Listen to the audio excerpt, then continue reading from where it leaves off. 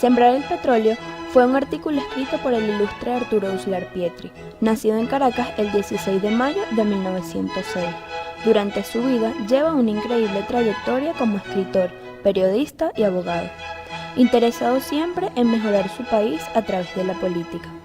Para comprender su editorial, Sembrar el petróleo, una recomendación para Venezuela, se debe repasar la historia de Venezuela petrolera, que comienza con el presidente Cipriano Castro, quien abre la puerta a la explotación petrolera y a la Venezuela dependiente de su renta. Este cambio se produce en un panorama confuso para el país.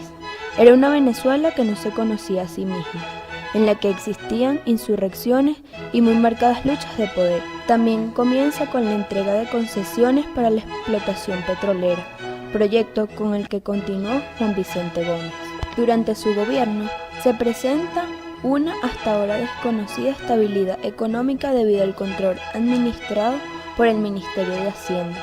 La renta petrolera hace milagros sobreponiéndose. Frente a la crisis del 29, Venezuela se percibe como un país en abundancia, en medio de un panorama económico mundial bastante debilitado.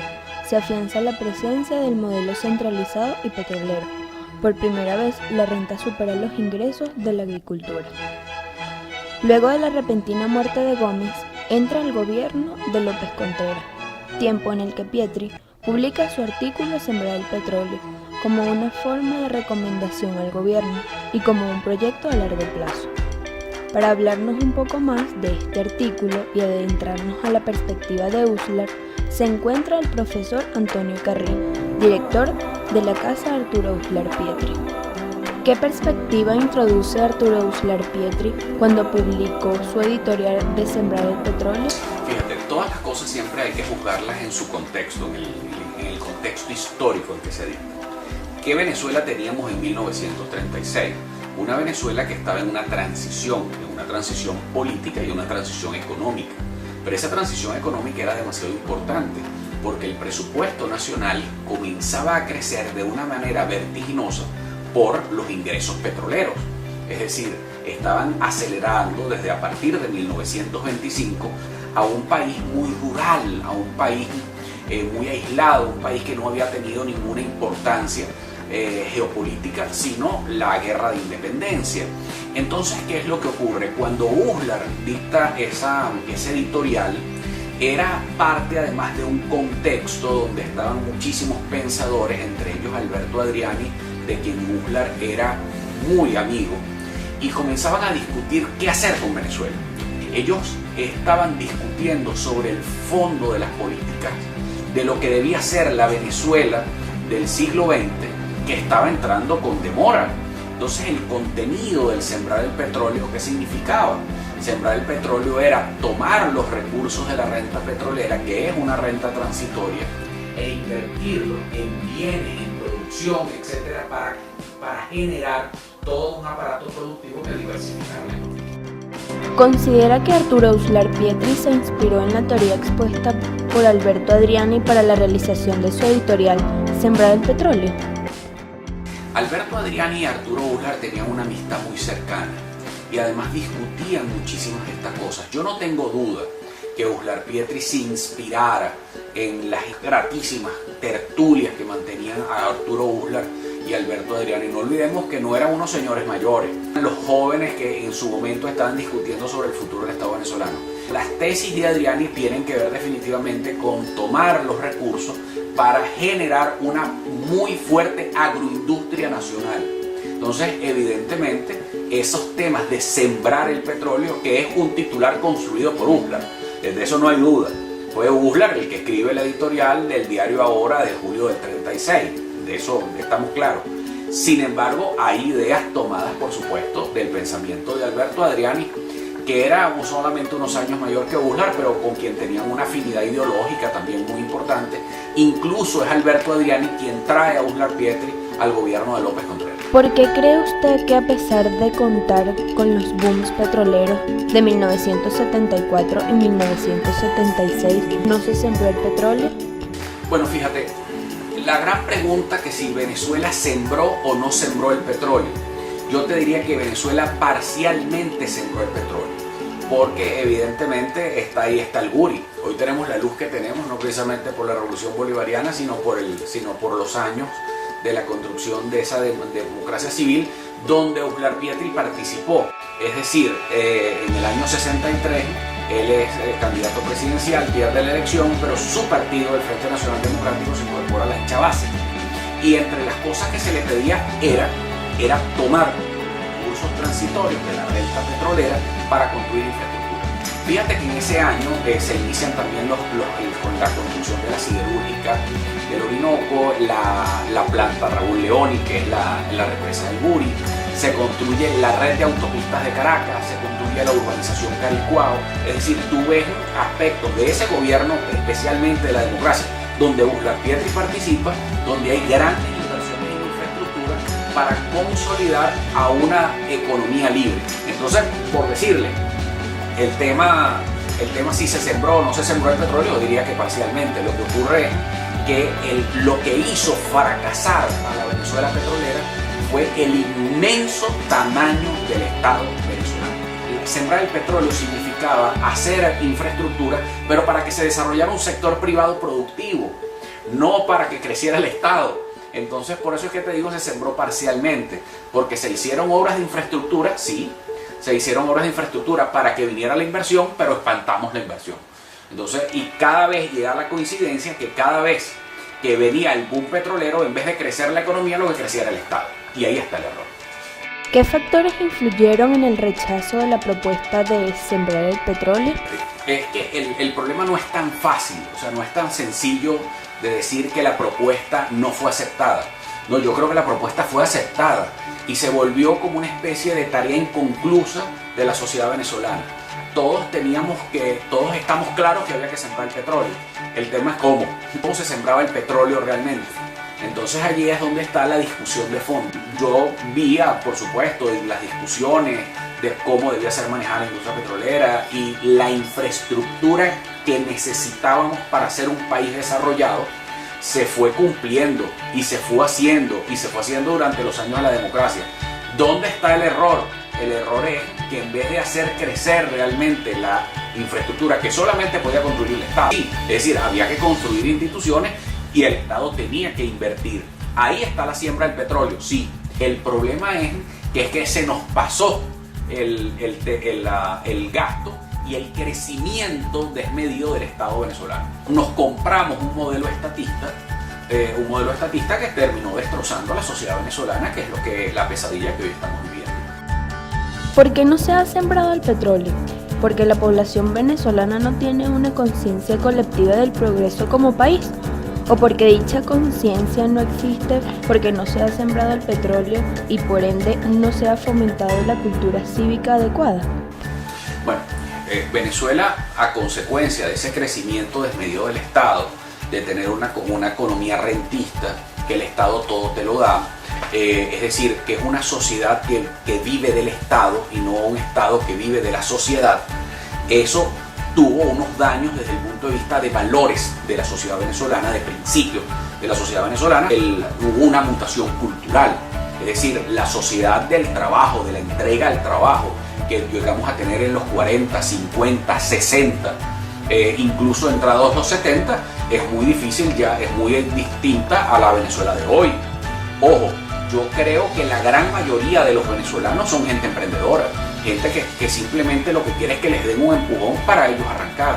Pero hoy el Estado se hizo tan grande que impide cualquier tema de iniciativa que puedas tener, y por eso el país minero y petrolero de América, uno de los más ricos en recursos naturales que deberíamos estar, es condenados a ser desarrollados. Hoy estamos atrapados en esta estela de hambre y desolación, pero por eso yo siempre les vuelvo a la realidad, al modelo. Aquí se construyó un modelo socialista, populista y rentista que tuvo sus efectos sociales. Es decir, la gente comenzó simplemente a depender del Estado y comenzaron primero por allá con unas becas, segundo a no pagar impuestos, tercero a simplemente vivir de las migajas del Estado, y llegado a este punto donde la gente hasta ahora para poder comer necesita una caja de comida que te las da el propio Estado. Entonces eso por supuesto tuvo unas consecuencias culturales terribles, pero ojo, yo creo también que esa destrucción de la sociedad venezolana ha hecho que germine un espíritu emprendedor del venezolano que no quiere quedarse lo que se está viendo. ¿Usted considera que si Arturo Uslar Pietri siguiese con vida, él sería partidario de la propuesta de dolarizar nuestra economía? No tengo ni la menor duda. Uslar Pietri criticó alguna vez el tema de la dolarización en sus años últimos, porque él decía que el dólar era una moneda para un país y no para el mundo. Sin embargo, Arturo Uslar era un hombre que siempre estaba abierto a los cambios y a los cambios que estaba dando la humanidad aceleradamente. Hoy el dólar no es solamente una moneda de los Estados Unidos, hoy el dólar es una moneda internacional, es la moneda de cambio y de mercadeo internacional por excelencia. La dolarización es un cinturón para el gasto público, porque como no pueden imprimir dinero inorgánico, porque como no le pueden pedir al Banco Central que imprima más dinero sin valor y sin sustento, entonces tienen que ajustar el gasto público. Entonces el Estado se vuelve un Estado eficiente y un Estado que es dependiente, por supuesto, nada más de lo que le ingresa. Es decir, el tema de la dolarización y adoptar el dólar como moneda nacional, creo que es un acto que hoy Uslar Pietri aplaudiría, pero a mano alzada. Primero, porque es un gran empujón hacia el siglo XXI. Eso nos permitiría que muchísimas inversiones vinieran a Venezuela, pararíamos en seco la hiperinflación, pararíamos en seco la fuga de capitales, más bien retornarían. Porque si la moneda de curso nacional es el dólar, no habría ningún impedimento para sacar capital del país o ingresarlo. Porque si dolarizan, no puedes imprimir dinero inorgánico, no va a haber hiperinflación y el gasto público lo controla. ¿Cómo afectaría el sembrar el petróleo la espiral inflacionaria evidenciada en Venezuela? La espiral inflacionaria, ¿dónde tiene su causa? Tiene su causa en el gasto público. Ahí quiero decirles varias cosas, que lo dijo Uslar Pietri reiteradas veces. Siempre en Venezuela hablamos de las consecuencias, pero nunca hablamos de las causas. Hablamos que en Venezuela hay inflación, que hay alto costo de la vida, que hay escasez, bueno, que ahora hay escasez hasta de efectivo, estamos en medio de este desastre económico, pero nunca hablamos de la causa. La causa real de la hiperinflación, del alto costo de la vida, de la escasez y de todo eso, es el tamaño del Estado, el inmenso gasto público desproporcionado. Ahora, ese gasto público desproporcionado, ¿cómo se financia? Ya no se financia con el petróleo. ¿Por qué? Porque el barril de petróleo cayó en precio y también cayó la producción de petróleo. Entonces, evidentemente, no podemos financiar el gasto público. Pero, entonces, la solución es imprimir dinero falso. Únicamente lo llamamos dinero inorgánico. Pero es un dinero falso y sin respaldo. Entonces, evidentemente, cada vez que prenden la imprenta del Banco Central, llenan la economía de unos bolívares sin sustento, le roban el poder adquisitivo a la gente y se genera la hiperinflación. ¿Por qué? Porque los precios van aumentando, porque el valor de la moneda va perdiéndose. En la medida que el valor de la moneda se va perdiendo, van alzando los precios. Es decir, que la única manera de realmente utilizar el último inning que nos queda de la renta petrolera es que nosotros podamos dolarizar y podamos reducir el tamaño del Estado para lograr incentivar el crecimiento de un nuevo empresariado privado venezolano, de emprendedores, donde la gente pueda montar su propio negocio sin ningún tipo de limitación que el Estado no expropie, iniciar una reforma total de nuestra economía porque está destruida. Retomando la frase del dinero falso, ¿cuál es su opinión sobre la propuesta del Petro y cuál sería su enfoque de la misma desde una perspectiva uslarista? El dinero falso es emisión de deuda. O sea, es emisión de deuda sin sustento. Es decir, el gobierno está emitiendo petros supuestamente que están soportados en reservas y eso tú no lo puedes hacer. Entonces, ni tampoco puedes hipotecar. Entonces no puedes. Y además necesitas permiso de la Asamblea Nacional para emitir bonos de deuda. Entonces, no es, o sea, es ilegal, es ilegítimo. No tienen confianza en el mundo. Pueden estar incluso hasta limpiadores de dinero detrás de eso. Eso es terrible. Siempre voy a estar de acuerdo con innovar en materia monetaria, que innovemos en materia financiera. El problema está cuando no hay confianza. Evidentemente, si hoy tienes un petro o un dólar, ¿cuál de los dos agarras? Entonces no tenemos más nada. En su opinión, ¿qué gobierno tuvo la mejor iniciativa o hizo el mejor intento de sembrar el petróleo? Yo les puedo decir que el gobierno del presidente Medina Angarita es mi gobierno favorito en la historia de Venezuela. un gobierno que hacía crecer al Estado, que necesitaban desarrollar, que creó instituciones, que no había ni un solo preso político, que comenzó a legalizar a todos los partidos políticos. Era un gobierno con extremas libertades, un gobierno sano, imagínate tú, Arturo Uslar Pietri era el ministro del Interior y el presidente del Congreso era Mario Briceño Iragorri. O sea, ¿qué podías? Y el ministro de Fomento era Eugenio Mendoza. Entonces, ¿qué podías esperar de un gobierno lleno de gente talentosa, de venezolanos de primera, de gente con una honestidad a toda prueba? Y además que tenían muy claro lo que estaban haciendo. Es decir, ellos querían, por ejemplo, modernizar las finanzas del Estado venezolano, dictaron la ley de hidrocarburos, dictaron la ley de impuestos sobre la renta, se crea el seguro social, se da la reforma agraria.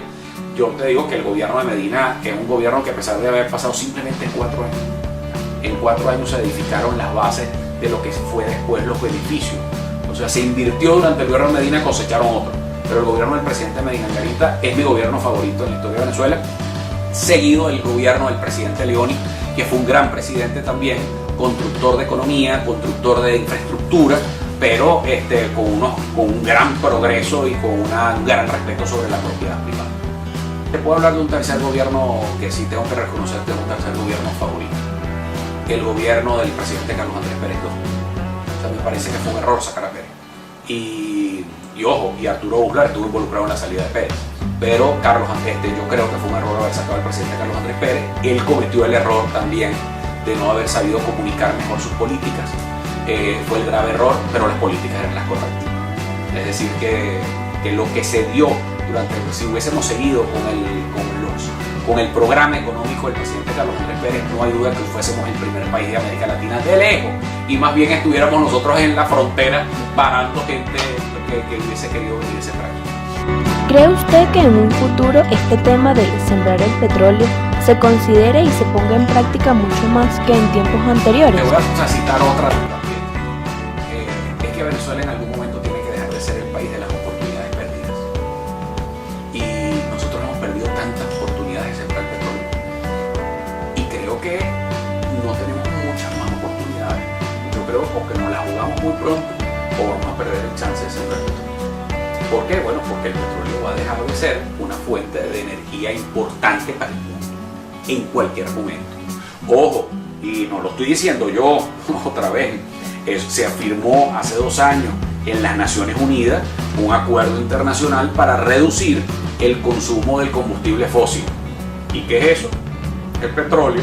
Entonces todo el mundo se está poniendo de acuerdo para reducir el consumo del producto que nosotros vendemos y nosotros no estamos haciendo nada. Por ahí, ¿no? Que tenemos que utilizar esto lo más rápido posible. Es más, nosotros hoy, si quieren titularles algo, es que necesitamos sembrar el petróleo con urgencia y es el último chance. La visión del profesor Ecarrí nos deja ver el verdadero punto débil a la hora de aplicar la siembra del petróleo, además de revelar el camino al cambio para Venezuela, como hacer realidad el país que Arturo Uslar Pietri soñaba para los venezolanos, una Venezuela llena de conocimientos, conciencia e innovación. Amigos invisibles, hay una sola cosa que Venezuela tiene que hacer, que es eso que yo he llamado sembrar el petróleo.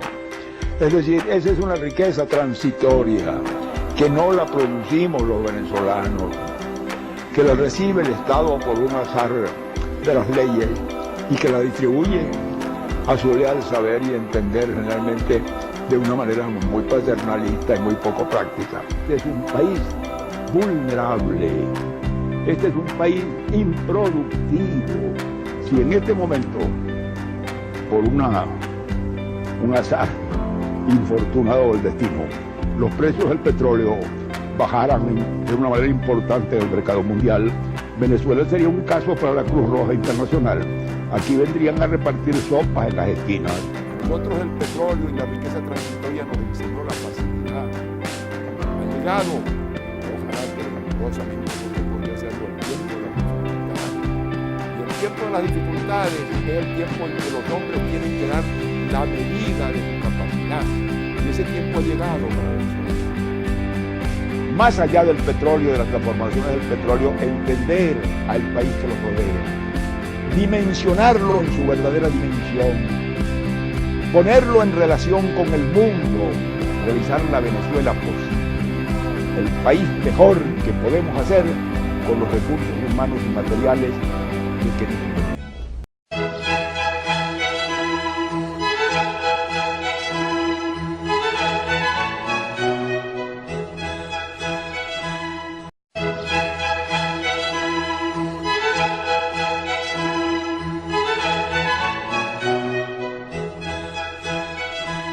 Amigos invisibles, muchas gracias y hasta la próxima.